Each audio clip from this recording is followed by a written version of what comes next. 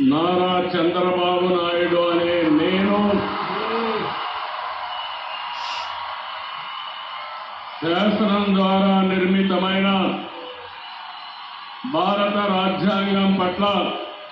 నిజమైన విశ్వాసం, విధేయత చూపుతానని, భారతదేశ సార్వభౌమాధికారాన్ని, సమగ్రతను కాపాడుతానని ఆంధ్రప్రదేశ్ రాష్ట్ర ముఖ్యమంత్రిగా నా కర్తవ్యాలను శ్రద్ధతో, అంతఃకరణ శుద్ధితో నిర్వహిస్తానని, భయం గాని, పక్షపాతం గాని, రాగద్వేషాలు గాని లేకుండా రాజ్యాంగాన్ని,